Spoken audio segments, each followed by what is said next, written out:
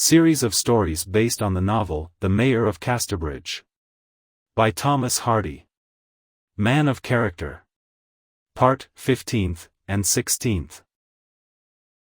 At first Miss Newson's budding beauty was not regarded with much interest by anybody in Casterbridge. Donald Farfrey's gaze, it is true, was now attracted by the mayor's so-called step-daughter, but he was only one. The truth is that she was but a poor illustrative instance of the prophet Baruch's sly definition, the virgin that loveth to go gay. When she walked abroad she seemed to be occupied with an inner chamber of ideas, and to have slight need for visible objects. She formed curious resolves on checking gay fancies in the matter of clothes, because it was inconsistent with her past life to blossom gaudily the moment she had become possessed of money. But nothing is more insidious than the evolution of wishes from mere fancies, and of wants from mere wishes. Henchard gave Elizabeth Jane a box of delicately tinted gloves one spring day. She wanted to wear them, to show her appreciation of his kindness, but she had no bonnet that would harmonize. As an artistic indulgence she thought she would have such a bonnet. When she had a bonnet that would go with the gloves she had no dress that would go with the bonnet. It was now absolutely necessary to finish. She ordered the requisite article, and found that she had no sunshade to go with the dress. In for a penny in for a pound, she bought the sunshade, and the whole structure was at last complete. Everybody was attracted, and some said that her bygone simplicity was the art that conceals art, the delicate imposition of Rochefoucauld. She had produced an effect, a contrast, and it had been done on purpose. As a matter of fact this was not true, but it had its result, for as soon as Casterbridge thought her artful it thought her worth notice. "It is the first time in my life that I have been so much admired," she said to herself.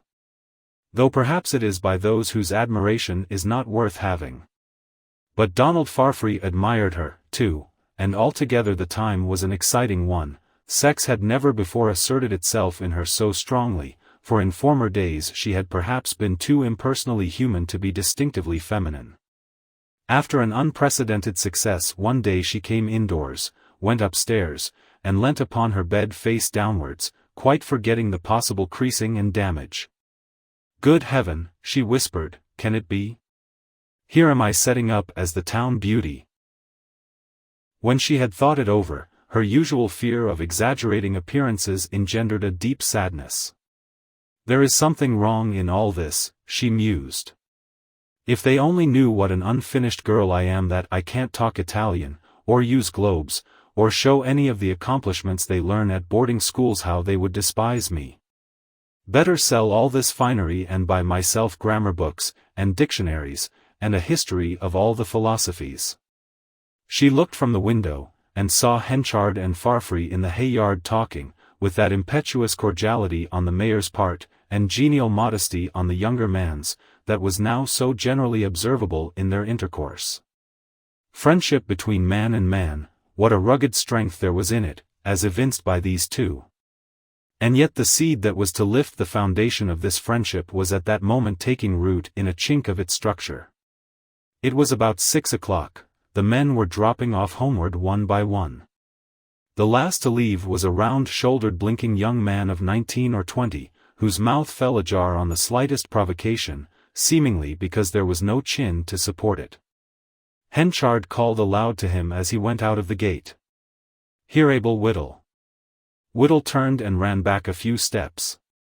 "Yes, sir," he said in breathless deprecation, as if he knew what was coming next. "Once more be in time tomorrow morning. You see what's to be done, and you hear what I say, and you know I'm not going to be trifled with any longer." "Yes, sir." Then Abel Whittle left, and Henchard, and Farfrey, and Elizabeth saw no more of them. Now there was good reason for this command on Henchard's part.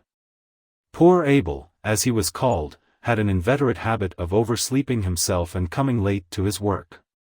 His anxious will was to be among the earliest, but if his comrades omitted to pull the string that he always tied round his great toe and left hanging out of the window for that purpose, his will was as wind. He did not arrive in time. As he was often second-hand at the hay weighing, or at the crane which lifted the sacks, or was one of those who had to accompany the wagons into the country to fetch away stacks that had been purchased, this affliction of Abel's was productive of much inconvenience. For 2 mornings in the present week he had kept the others waiting nearly an hour, hence Henchard's threat. It now remained to be seen what would happen tomorrow. 6 o'clock struck, and there was no Whittle. At 6:30 Henchard entered the yard. The wagon was horse that Abel was to accompany, and the other man had been waiting 20 minutes. Then Henchard swore, and Whittle coming up breathless at that instant, the corn factor turned on him, and declared with an oath that this was the last time, that if he were behind once more by God he would come and drag him out o' bed. "There is somewhat wrong in my make, your worshipful," said Abel, "especially in the inside, whereas my poor dumb brain gets as dead as a clod afore I've said my few scrags of prayers. Yes, it came on as a stripling, just afore I'd got man's wages, whereas I never enjoy my bed at all, for no sooner do I lie down than I be asleep, and afore I be awake I be up. I've fretted my gizzard green about it, maester, but what can I do? Now last night afore I went to bed I only had a scantling o' cheese and—" "I don't want to hear it," roared Henchard. "Tomorrow the wagons must start at 4, and if you're not here, stand clear. I'll mortify thy flesh for thee. But let me clear up my points, your worshipful." Henchard turned away. "He asked me and he questioned me, and then, wouldn't hear my points," said Abel to the yard in general. "Now I shall twitch like a moment hand all night tonight for fear o' him." The journey to be taken by the wagons next day was a long one, into Blackmoor Vale, and at 4 o'clock lanterns were moving about the yard. But Abel was missing. Before either of the other men could run to Abel's and warn him, Henchard appeared in the garden doorway. "Where's Abel Whittle? Not come after all I've said? Now I'll carry out my word by my blessed fathers, nothing else will do him any good. I'm going up that way." Henchard went off, entered Abel's house, a little cottage in Back Street, the door of which was never locked because the inmates had nothing to lose. Reaching Whittle's bedside, the corn factor shouted a bass note so vigorously that Abel started up instantly, and beholding Henchard standing over him was galvanized into spasmodic movements which had not much relation to getting on his clothes. "Out of bed, sir, and off to the granary, or you leave my employ today. 'Tis to teach ye a lesson. March on, never mind your breeches." The unhappy Whittle threw on his sleeve waistcoat, and managed to get into his boots at the bottom of the stairs, while Henchard thrust his hat over his head. Whittle then trotted on down Back Street, Henchard walking sternly behind. Just at this time Farfree, who had been to Henchard's house to look for him, came out of the back gate, and saw something white fluttering in the morning gloom, which he soon perceived to be the part of Abel's shirt that showed below his waistcoat. "For mercy's sake, what object's this?" said Farfree, following Abel into the yard, Henchard being some way in the rear by this time. "Ye see, Mr. Farfree," gibbered Abel with a resigned smile of terror. "He said he'd mortify my flesh if so be I didn't get up sooner, and now he's a-doing on't. Ye see it can't be helped, Mr. Farfree, things do happen queer sometimes. Yes, I'll go to Blackmoor Vale half-naked as I be, since he do command it, but I shall kill myself afterwards. I can't outlive the disgrace, for the women folk will be looking out of their winders at my mortification all the way along, and laughing me to scorn as a man ithout breeches. You know how I feel such things, Maester Farfree, and how forlorn thoughts get hold upon me. Yes, I shall do myself harm. I feel it coming on. Get back home, and slip on your breeches, and come to work like a man. If ye go not you'll hae your death standing there." "I'm afeard I mustn't," Mr. Henchard said. "I don't care what Mr. Henchard said, nor anybody else. 'Tis simple foolishness to do this. Go and dress yourself instantly, Whittle."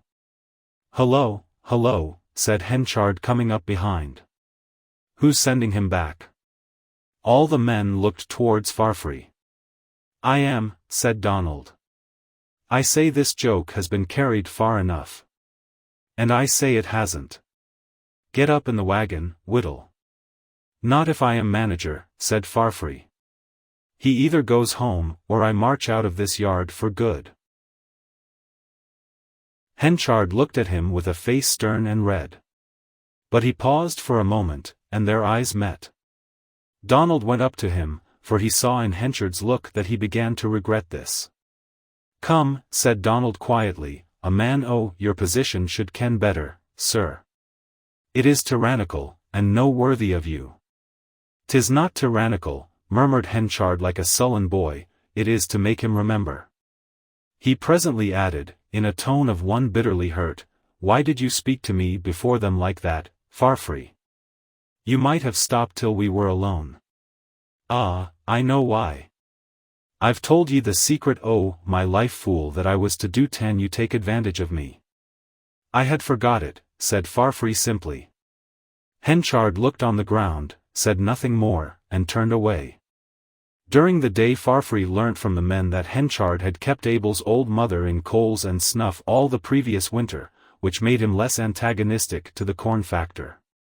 But Henchard continued moody and silent, and when one of the men inquired of him if some oats should be hoisted to an upper floor or not, he said shortly, ask Mr. Farfree. He's master here. Morally he was, there could be no doubt of it. Henchard, who had hitherto been the most admired man in his circle, was the most admired no longer. One day the daughters of a deceased farmer in Durnover wanted an opinion on the value of their haystack, and sent to ask Mr. Farfree to oblige them with one.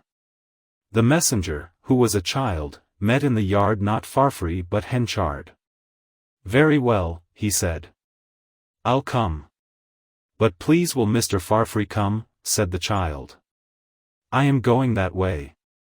Why Mr. Farfree, said Henchard with the fixed look of thought. Why do people always want Mr. Farfree? I suppose because they like him, so that's what they say. Oh.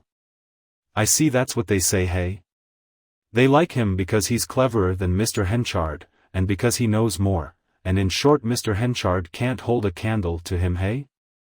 Yes, that's just it, sir, some of it. Oh, there's more. Of course there's more. What besides? Come, here's sixpence for a fairing.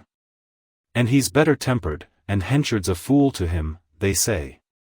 And when some of the women were a-walking home they said, he's a demant, he's a chap, oh, wax, he's the best, he's the horse for my money, says they.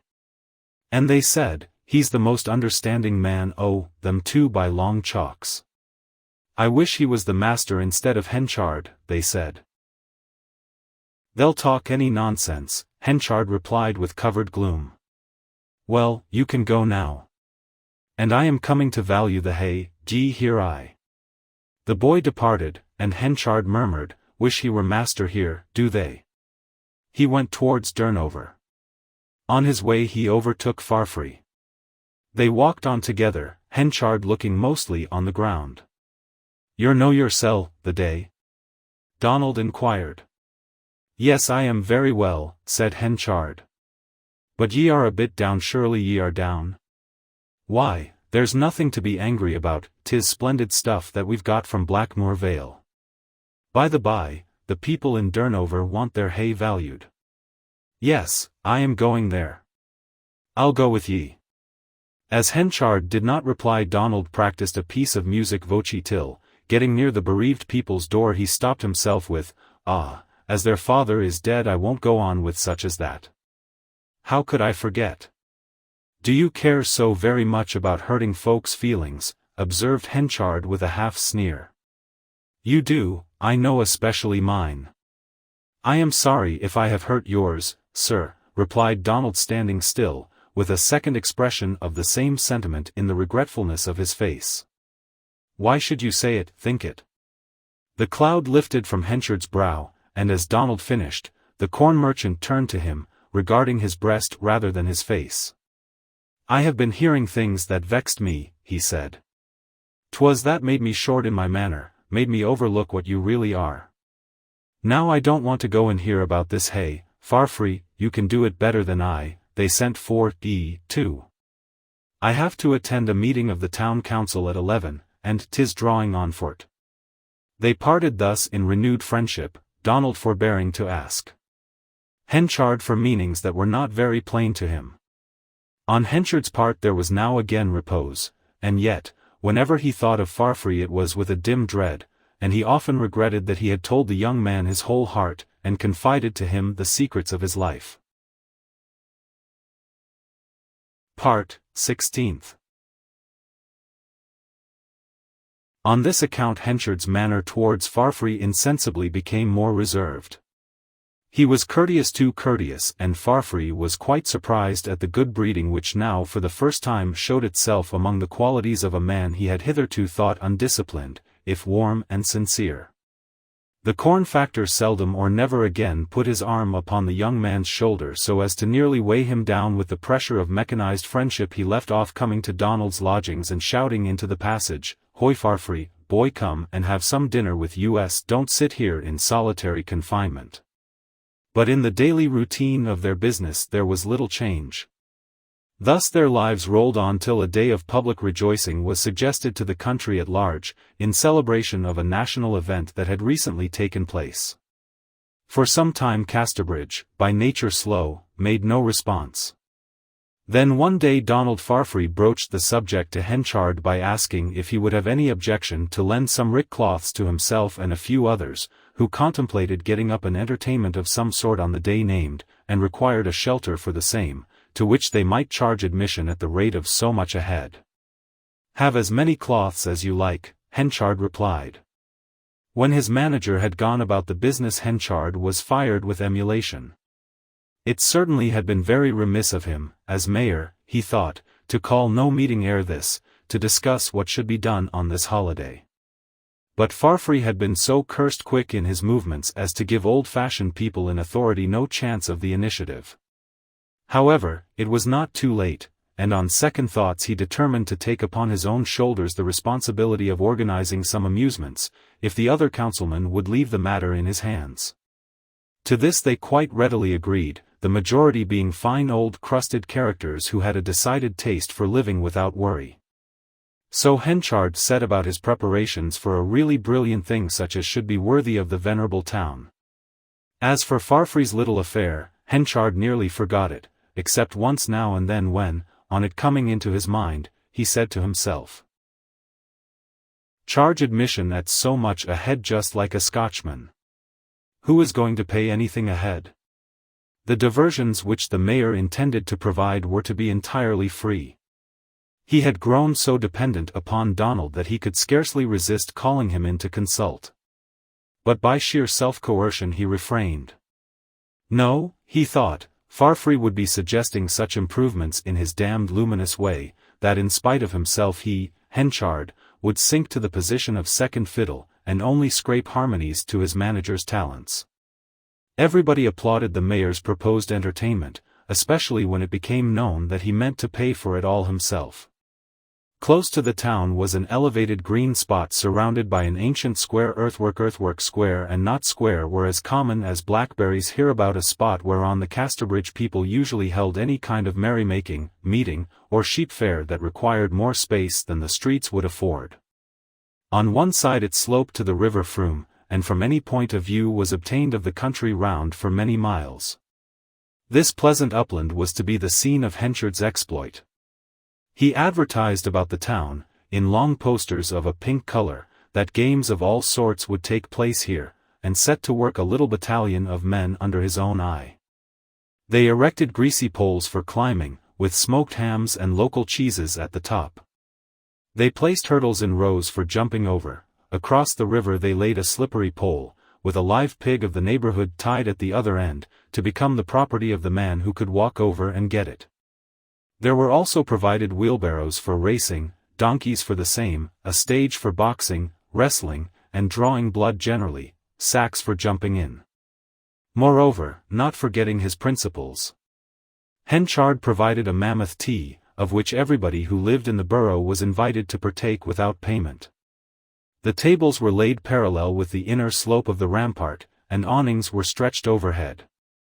Passing to and fro the mayor beheld the unattractive exterior of Farfrae's erection in the West Walk, rickcloths of different sizes and colors being hung up to the arching trees without any regard to appearance. He was easy in his mind now, for his own preparations far transcended these. The morning came. The sky, which had been remarkably clear down to within a day or two, was overcast, and the weather threatening, the wind having an unmistakable hint of water in it. Henchard wished he had not been quite so sure about the continuance of a fair season. But it was too late to modify or postpone, and the proceedings went on. At 12 o'clock the rain began to fall, small and steady, commencing and increasing so insensibly that it was difficult to state exactly when dry weather ended or wet established itself.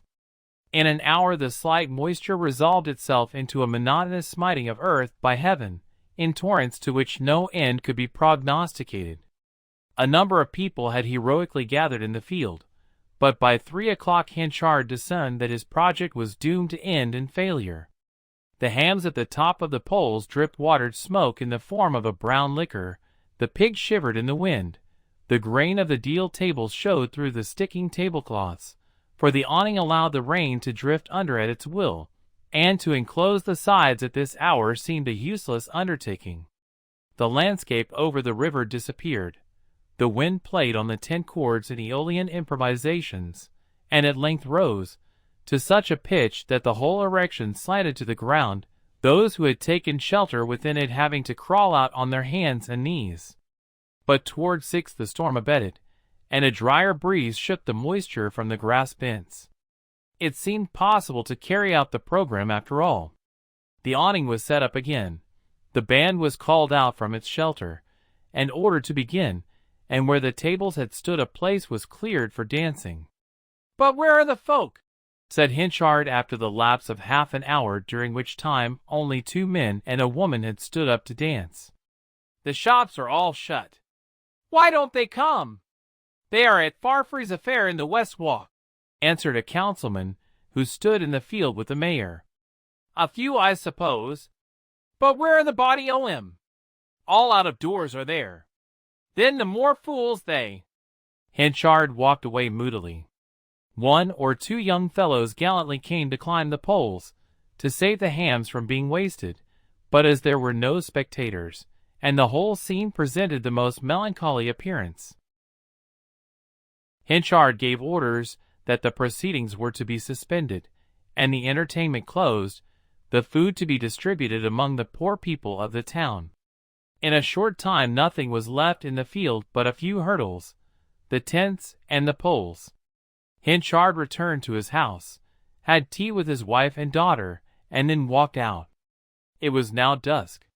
He soon saw that the tendency of all promenaders was towards a particular spot in the walks, and eventually proceeded thither himself. The notes of a string band came from the enclosure that Farfrey had erected the pavilion, as he called it, and when the mayor reached it, he perceived that a gigantic tent had been ingeniously constructed without poles or ropes. The densest point of the avenue of sycamores had been selected, where the boughs made a closely interlaced vault overhead. To these boughs the canvas had been hung, and a barrel roof was the result.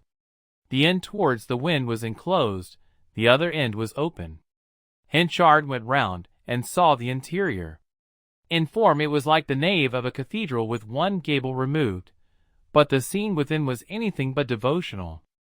A reel or fling of some sort was in progress, and the usually sedate Farfrey was in the midst of the other dancers in the costume of a wild Highlander, flinging himself about and spinning to the tune. For a moment Henchard could not help laughing.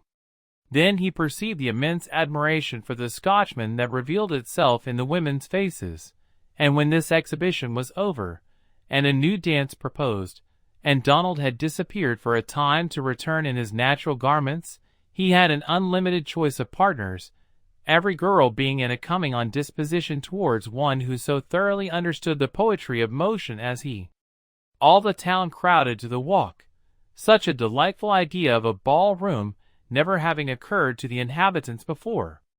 Among the rest of the onlookers were Elizabeth and her mother, the former thoughtful yet much interested, her eyes beaming with a longing lingering light, as if nature had been advised by Correggio in their creation.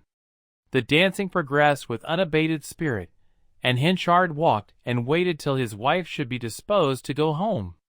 He did not care to keep in the light, and when he went into the dark it was worse, for there he heard remarks of a kind which were becoming too frequent.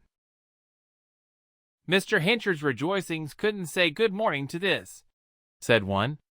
"A man must be a headstrong studpole to think folk would go up to that bleak place today." The other answered that people said it was not only in such things as those that the mayor was wanting. Where would his business be if it were not for this young fellow? 'Twas verily fortune sent him to Henchard. His accounts were like a bramblewood when Mr. Farfrack came. He used to reckon his sacks by chalk strokes all in a row like garden palings, measure his ricks by stretching with his arms, weigh his trusses by a lift, judge his hay by a chaw, and settle the price with a curse. But now this accomplished young man does it all by ciphering and mensuration. Then the wheat that sometimes used to taste so strong o' mice, when made into bread that people could fairly tell the breed Farfree has a plan for purifying, so that nobody would dream the smallest four-legged beast had walked over it once. Oh yes, everybody is full of him, and the care Mr. Henchard has to keep him, to be sure," concluded this gentleman. "But he won't do it for long, good now," said the other. "No," said Henchard to himself behind the tree. "Or if he do, he'll be honeycombed clean out of all the character and standing that he's built up in these 18 year." He went back to the dancing pavilion. Farfree was footing a quaint little dance with Elizabeth Jane, an old country thing, the only one she knew, and though he considerately toned down his movements to suit her demure gait, the pattern of the shining little nails in the soles of his boots became familiar to the eyes of every bystander.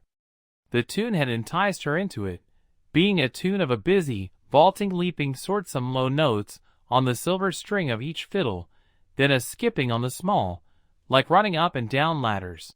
Miss Mliet of Air was its name, so Mr. Farfree had said, and that it was very popular in his own country. It was soon over, and the girl looked at Henchard for approval, but he did not give it. He seemed not to see her. "Look here, Farfree," he said like one whose mind was elsewhere. "I'll go to Port Bredy Great Market tomorrow myself. You can stay and put things right in your clothes box, and recover strength to your knees after your vagaries." He planted on Donald an antagonistic glare that had begun as a smile. Some other townsmen came up, and Donald drew aside. "What's this, Henchard?" said Alderman Tubber, applying his thumb to the corn factor like a cheese taster. "An opposition Randy to yours, eh? Jack's as good as his master, eh? Cut ye out quite, hasn't he? You see, Mr. Henchard," said the lawyer, another good-natured friend, "where you made the mistake was in going so far afield. You should have taken a leaf out of his book, and have had your sports in a sheltered place like this. But you didn't think of it, you see, and he did, and that's where he's beat you. He'll be top sawyer soon of you two, and carry all afore him," added jocular Mr. Tubber. "No," said Henchard gloomily. "He won't be that, because he's shortly going to leave me." He looked towards Donald, who had again come near. "Mr. Farfree's time as my manager is drawing to a close, isn't it, Farfree?" The young man, who could now read the lines and folds of Henchard's strongly traced face as if they were clear verbal inscriptions, quietly assented, and when people deplored the fact and asked why it was, he simply replied that Mr. Henchard no longer required his help. Henchard went home, apparently satisfied. But in the morning, when his jealous temper had passed away, his heart sank within him at what he had said and done. He was the more disturbed when he found that this time Farfree was determined to take him at his word.